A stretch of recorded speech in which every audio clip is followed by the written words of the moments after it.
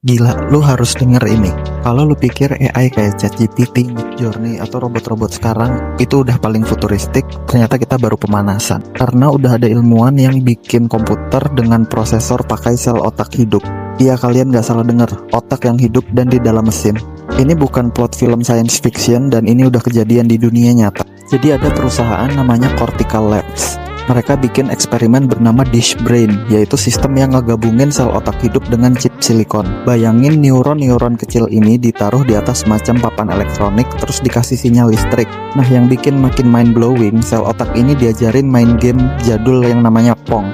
Lu tahu game Pong kan, game bola mantul kiri kanan itu. Dan hasilnya dalam beberapa menit, jaringan sel otak ini mulai bisa belajar buat ngebales bola. Bukan pakai keyboard, bukan pakai mouse, tapi pakai aktivitas listrik dari sel otak hidup.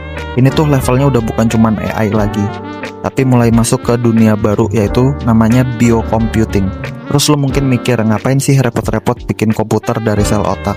Jawabannya simple, yaitu energi. AI modern itu powerful banget, tapi boros listriknya juga nggak ngotak. Data center AI bisa makan energi gede banget, bahkan masuk skala megawatt sampai gigawatt. Sementara otak manusia, otak kita cuma butuh sekitar 20 watt. 20 watt bro, kurang lebih kayak lampu kecil, tapi bisa mikir, belajar, ingat mantan, overthinking jam 2 pagi, semuanya jalan barengan. Makanya ilmuwan mulai ngelirik biocomputing. Gimana kalau komputer masa depan bisa belajar lebih efisien, kayak otak biologis. Dan ini bukan cuman eksperimen lucu-lucuan di lab. Cortical Lab sekarang punya perangkat namanya CL1. Ini bisa dibilang komputer biologis yang isinya neuron hidup, chip silikon, dan sistem life support kecil buat ngejaga selnya tetap hidup. Harganya sekitar $35.000 United States. Jadi bukan buat orang random beli di marketplace ya. Ini lebih buat lab, peneliti, dan riset medis. Terus ada juga startup Swiss namanya Final Spark. Mereka bikin neuro platform semacam akses cloud buat eksperimen pakai brain organoids. Jadi peneliti bisa akses dari jauh lewat internet buat stimulasi dan baca aktivitas neuron hidup.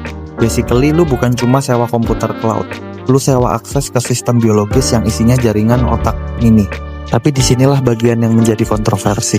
Kalau sel otak ini makin kompleks, apakah suatu hari nanti dia bisa punya kesadaran, bisa ngerasain sakit, bisa ngerasa menderita kalau dipaksa kerja? Dan kalau komputernya dimatiin, itu cuma shutdown biasa, atau jatuhnya kita ngebunuh makhluk hidup? Menurut lo, ini masa depan teknologi, atau kita sebagai manusia udah mulai explore terlalu jauh? Tulis di kolom komentar ya.